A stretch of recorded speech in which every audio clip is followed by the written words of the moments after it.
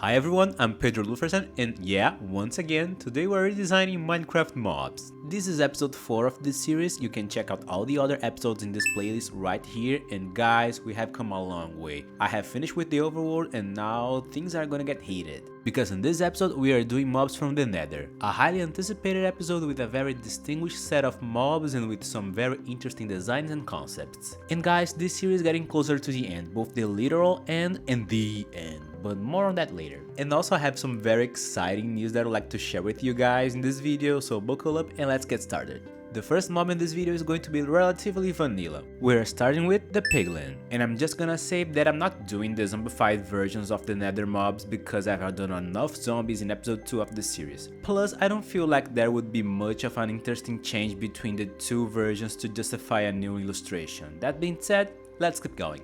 After doing the creeper, I feel kind of acquaintance to pigs anatomy at this point, which is a bit weird to say, yes. But I don't know, this drawing had a sense of familiarity that I didn't expect. Piglins are, in a nutshell, barbarian humanoid pigs addicted to gold, which I think is an aspect of them that is constantly overlooked when they are portrayed. So I chose to make the gold a very focal point of this drawing, like the gold it's holding and the golden earrings and nose ring it's wearing. In the game, the common piglin actually holds either a golden sword or a crossbow, but I already gave a sword to the zombie and I didn't feel like a crossbow would fit the vibe of this illustration. So I actually borrowed the golden axe from a piglin brute, which is still technically a piglin, and I would say that looks just right. And for its clothes I went for something really torn and kind of leather-like textures, with the belt having a golden belt buckle, of course. I wasn't completely satisfied with the lack of texture of this drawing. I felt like I was missing something. But when it was time to add the sketchy lines, I had the idea of giving some hairy warts all over its body, which are quite repulsive but added a lot of textures and they go well with the wild and barbarian swine vibe of this mob. This was a very okay mob to draw, nothing particularly challenging or difficult. I would say that my favorite part of it are the things that I added that are not part of the original piglin design. Things such as all the golden elements and the warts. But a fun detail that wasn't intentional is its feet. The hooves on its feet are black as they are in the original design, but if you look at them without paying enough attention, it looks like the piglin is wearing heels. And like, it wasn't intentional, but I'm not gonna change it. It became like a funny joke in this illustration, like it's still a barbarian from hell, but with style. Next and last pig-like mob in this video, we are now doing the Hogling. And as I said before, we are not gonna do the Zogling, okay? This mob is very straightforward. It's a wild pig or simply a boar. Nothing too far beyond a highly aggressive and massive animal, which in and on itself doesn't leave me much to work with, but at the same time can make it much simpler to execute. I would say that the thing that demanded the most attention was the shape of its head. You see, the Hogling has a very flat and horizontal body and head, which is very disconnected with most swines. Boars specifically have a very elongated and vertical face, with basically every element of it in a very different level, none of them lining horizontally. So I kind of squished everything. I didn't have trouble with making the rest of its body larger on the sides, but I needed to readjust most of the elements of its face so I would be closer to the original design. Proportion-wise, its head is much bigger than the one of an actual pig, and I went particularly heavy with the nose. To help with the horizontal aspect it needed to have, I made a very large and flat nose with very big nostrils. One of the things that helped me as an inspiration was the pigs from Princess Mononoke, with the nose too, but especially with the mouth and teeth. I've actually come to realize that I enjoy drawing teeth and fangs. I don't quite know exactly why, but this drawing, for example, paying attention to how long I wanted the tusks to be and how crooked and irregular I wanted the teeth to be was quite nice. Same goes to other mobs with specific set of teeth. I always come back and look at them as a focal point of the drawing. Much like the piglin, this one was pretty chill. It didn't have a lot of textures throughout the process, but near the end I added a lot of sharpness as fur with the sketchy lines, and it contributed to the wild and aggressive feeling of the mob as a whole. Another thing that I was unexpectedly pleased with was the lights on it. I didn't put much thought on them, but they turned out very nice, and the sharpness of the corners looked very nice with the sharpness of the sketchy lines. Now starting with the mobs that have much more original concepts than being alternate versions of pigs, let's draw a mob that I felt was kind of forgotten in the pantheon of Nether creatures, but I think it's very cute, the Strider. Much like many other mobs, I only acknowledged the Strider's existence once I started this project. Like, I didn't even know its name, it was just like that goofy looking creature walking on lava. But now, knowing what it is and what it does much more closely, I came to appreciate it, not to mention I think it's kind of cute. It is one of those mobs that doesn't have a super clear inspiration, like as far as I was able to research, it's not based on any particular animal or mythical creature, which as usual makes things much more interesting. One head and two legs that look like they are covered with a layer of rocks, basically all I had, but honestly all I needed. Starting with its head, the first thing that I decided to go for was the kind of texture that I wanted its skin to have. Consider that its environment is quite literally the driest place in Minecraft, I went for a somewhat dehydrated texture. Not only that, but its face and overall vibe of like, I'm just a little guy, along with some of the details that can be observed in the original sprite, it has kind of a wrinkly feeling to it. So I was like, absolutely, wrinkles everywhere, resulting in something that is kind of a mixture of a buggy and an old person. Like, it's not old, but it looks old, and it looks very cute, especially with the very low puppy eyes. You could even say that it looks like dripping lava, which yeah, I see that, but that wasn't my intention. Now talking about the legs, I really like them. Initially when I was sketching it, I went for something that resembled a human leg with knees bending backwards, but then I tried going the other way around like an ostrich and I like it so much.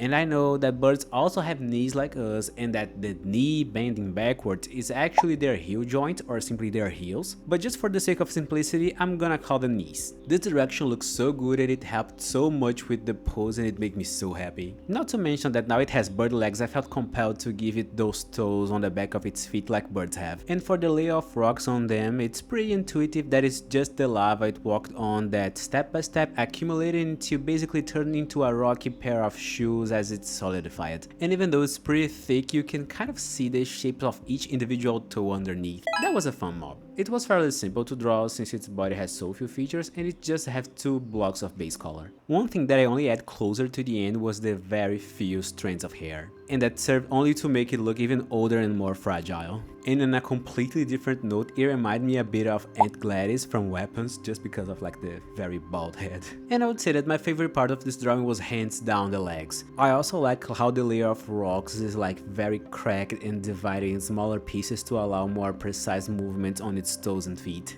Now let's deal with a mob that we actually have already made before back in episode 1, but now it's the angry, sad, dehydrated and overheated version of it, the original Ghast. In a weird way, this takes me back. I have already made the happy Ghast before, so making the OG Ghast has a sprinkle of nostalgia. Because even though they are quite different, I had my happy Ghast open in another tab to use as a reference. I was already somewhat familiar with floating heads with tentacles, but obviously the vibe needed to be completely different. The tentacles are thinner, longer and more disorganized, and for the lack of a better word, they kinda have more gravity to them. Like the weight of a sad and melancholic life is weighing on them or something. In opposition to the flowy and smoother tentacles of the happy Ghast. When I got to its face, I had a similar mindset to what I had in mind when I made the dried Ghast, the husk, and the strider just now. Old, dry and thirsty, which again meant a lot of wrinkles. And since the head is so big in the canvas, I was able to give it a lot of small details, specifically on its chin and around its mouth and eyes. Which, by the way, I decided to leave them just a bit open so we can see the bright red pupils instead of just a sad sleepy face. Much like the dried Ghast, that was relatively quick to make. Basically no challenges with the colors, I just wanted to go super heavy with the textures. I was a bit torn between making it with its attack face, but I decided to stick with the regular sad one. And at the end, its very sharp cheekbones and jaw kind of resemble handsome Squidward, just dehydrated. Now before the next mob, guys, let me ask you something. Have you ever woken up and wished that you had a picture of my dried Ghast so you would remember what will happen to you if you don't drink enough water? Or maybe one with the Enderman on your bedroom wall because your younger siblings are annoying and you wanna keep them away? Well, say no more, because now I'm selling prints of the illustrations I've made for the channel, which obviously includes this whole Minecraft series. So now you can have a poster of the drown on your wall because you're going through a goth phase and you told your mom that you like dead people now. But seriously now, they are all available in different sizes and price points. And as I'm posting this video, deliveries are available in 4 countries, the US, Canada, the UK and Brazil, with different shipping rates depending on the country. And you can already buy a poster with the illustrations from this video actually. And obviously, as the series and the other videos I'll be making are posted, new art will also be available. So if you like the content I make and you'd like to support me in that way, check the first link in the description below or simply go to pedroluferson.com/store. None of it would be possible without the support you guys have already given me so far, so for that, thank you very much. Now back to the video. This next mob is one that I have been waiting to draw since I started this project. I made a sketch that has been sitting on my clipboard for months waiting to be used. And I know many of you watching were also very curious to see what on earth would I come up with. Much like the breeze in the previous episode, this one has a particular set of challenges. It's time to do the blaze. The first thing that I asked myself when I started sketching the blaze was, how do I approach the rods? I mean, the blaze is a floating head with 12 sticks rotating around it, and I obviously wouldn't make them square and simple like in the game. Fortunately, from my very first sketch, I had this idea of this pointy and irregular material that doesn't have a real-world counterpart, so I don't really have an explanation of what it would be. But in my head there are some sort of mineral like a crystal or even some crazy magical nether mineral coal. I don't know, but the shape and texture for me are the most important things. They are almost like pointing weirdly shaped pieces of some otherworldly burning wood or any other magical flammable material. But most importantly, they look cool. Now for its head, the original blaze has a very simple one. It kinda just like a bald yellow guy with a beard, so there wasn't actually a wrong way to approach it. I ended up with this weird head with this mouth that is kind of a very large line of beaks or massive teeth. That is kind of another thing that I kind of just went with these cool looks and not a deep explanation behind it. But even though I don't have like a full backstory, I do feel like both the shape and texture of its head and rods turned out really great with this mob that is quite unique. Especially with the quote-unquote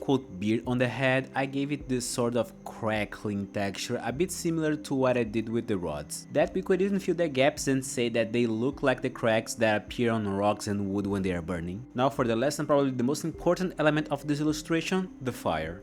I like drawing fire. I even said when I drew the breeze, like non-material and flowy effects is one of the things that I think is the coolest to draw. I never said they were easy, but they are very interesting and engaging to me. Having fire as one of the main elements has its challenges, one of them being the movement. The movement of the flame in this case needs to look organic and spontaneous, with obviously not a single straight line, and at the same time draw them in a way that they don't overlap and make the image confused and the elements undistinguishable. The other challenge with the flame is their shape and direction. The general shape I went for with this drawing was a V, thin on the bottom and large on the top, following the directions that the rods are pointing. And at the end they really helped defining the overall visual weight of the drawing as a whole. Not to mention that they look very good, and the orange hue on the tip of the flames really balances the very yellow center of everything here. I am really satisfied with this drawing. My illustration of the breeze had a similar concept, but drawing that mini tornado was far more traumatizing than drawing fire. But overall I really liked this one, and especially considering how much I anticipated for this mob to come around and how relatively painless this whole process was. A small thing that I haven't mentioned, and I think it's one of my favorite parts in this drawing, is its eyes. Like, this mob has such a limited color palette, and the contrast of the sketchy and very messy dark brown lines with the pale almost white yellow looks so good. And like the tiny pupils with this angry and deadly expression is almost hypnotic to me, almost like staring at a dangerous wild animal in the eyes.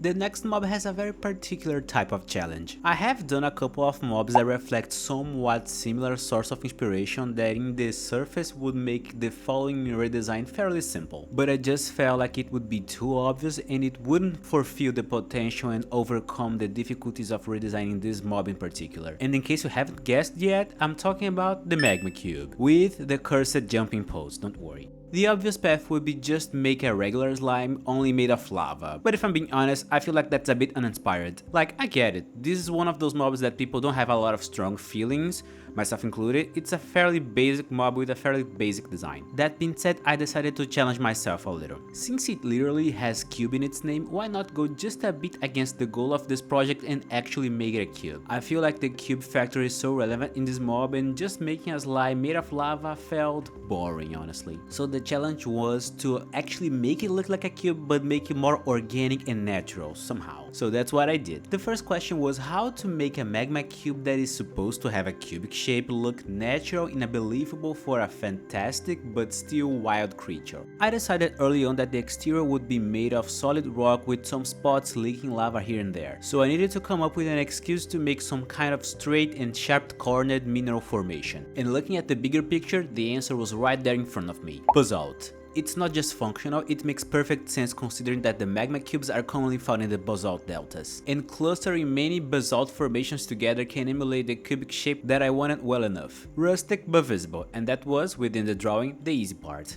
The next challenge would be the multiplying aspect of this mob, that much like the slime can split into smaller versions of itself. Similar to what I did with the slime on episode 3, I gave it multiple eye-like structures here and there between the cracks, to sort of show that every part of it, if detached, can become its own little thing. And that's what's happening with the big slime in the drawing. A small part of it's just detaching due to the cracks on its rocky surface and starting to become its own little beam. And now for the real challenge of this mob, the freaking jumping pose. A pose that only sort of works in Minecraft due to the simplicity of the art style and the randomness of the creatures in the game, and honestly, just looks weird. But against most odds, I have some kind of plan. Magma is in the name of the mob and we can see while it jumps. And my version has lava leaking between the cracks, so here's what I did. The magma would be almost like the tendons and muscles holding the basalt pieces together, so it stretches and contracts to move and maintain its shape. It's not a perfect living creature because according to the lore of my own drawing, it's technically constantly leaking its insides, but it all contributes to a nice effect. One thing that I constantly needed to pay attention while making the magma on the jumping cube was not to make it too voluminous,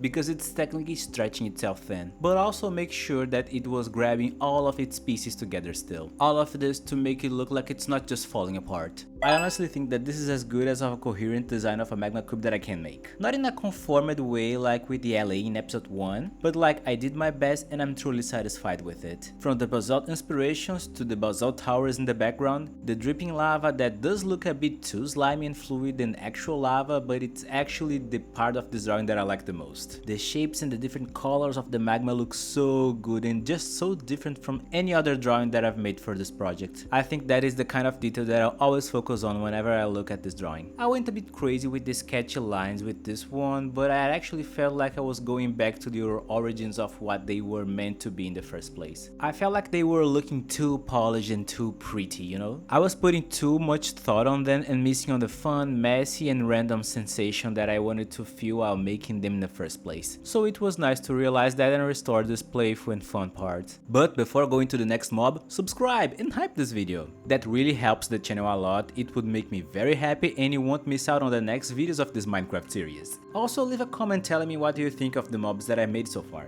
Now for the last mob in this video, a mob that is not technically found in the Nether, but the materials to make it are. One that I was looking forward and also had sketched months ago, the Wither. Oh, but Pedro, what about the Wither skeleton? Aren't you going to draw it? No, I'm not. Just like the zombies, I have done enough skeletons in episode 2 that again you can check out right here. I already made 4 skeletons and honestly, I really don't wanna draw another one.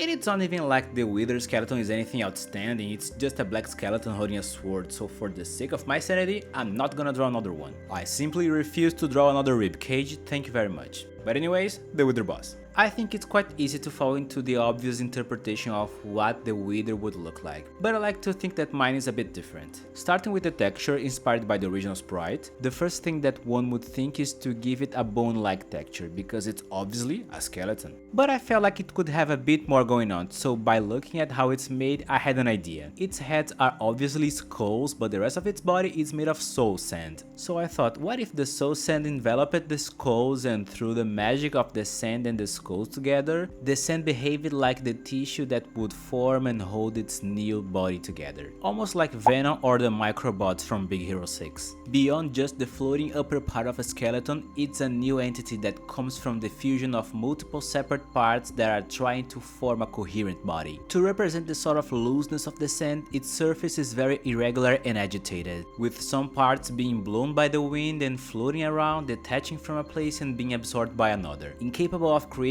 a consistent form. Now for the skulls themselves, I went just a bit crazy and gave them very sharp canine teeth, mostly because they look awesome. But we can make the argument that the Wither skeletons are not like regular skeletons. For one thing, they are super tall, plus they are from the equivalent to hell, so I felt free to give them a detail that is just a little demon-like. Another thing that I took the liberty to add was the glow coming from the inside of their mouths and eyes. I honestly thought that they actually already had it on the original design, but when I went back to look at it, it didn't have. So I was like, oh well, I think I just made it up.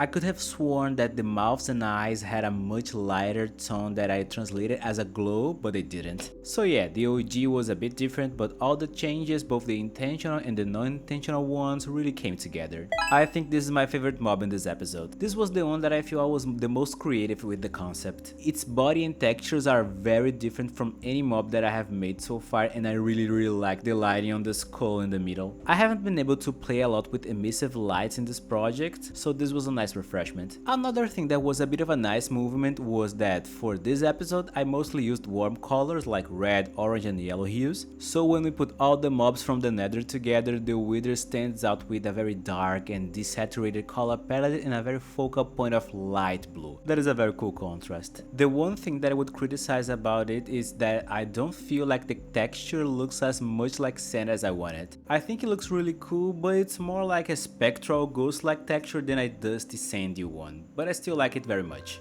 And that's it for the Nether. It's always kind of crazy to look back to those other videos and think that I'm closer to the end. Speaking of that, yes, this series is getting closer to its end, at least in a certain way. But talking about the next episode, if it wasn't clear, it's gonna be about the end. If you are keeping a list of the mobs that I have made so far and you know the mobs associated with the end, you know that the number of mobs is shrinking. But that doesn't mean that the next episode won't have its important appearances. And yes, I'm talking about the Ender Dragon. That will be the final mob of the main episodes of this project. And the fact is that episode 5 will be the last episode of this series as it has been. And I'm already a bit nostalgic in a way just by looking back to a few months ago when I made the first episode.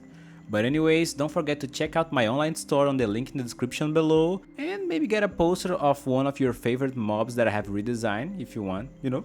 I'm really proud of it and I hope you guys like it too. Well, thank you for watching this video. This Minecraft redesign series as we know it is coming to an end, so make sure to subscribe to not miss when the next video comes out. Like, hype and share this video with someone that you think might like my drawings too. Also follow me on Instagram and TikTok. I'm Pedro Luferson everywhere and see you next time. Bye!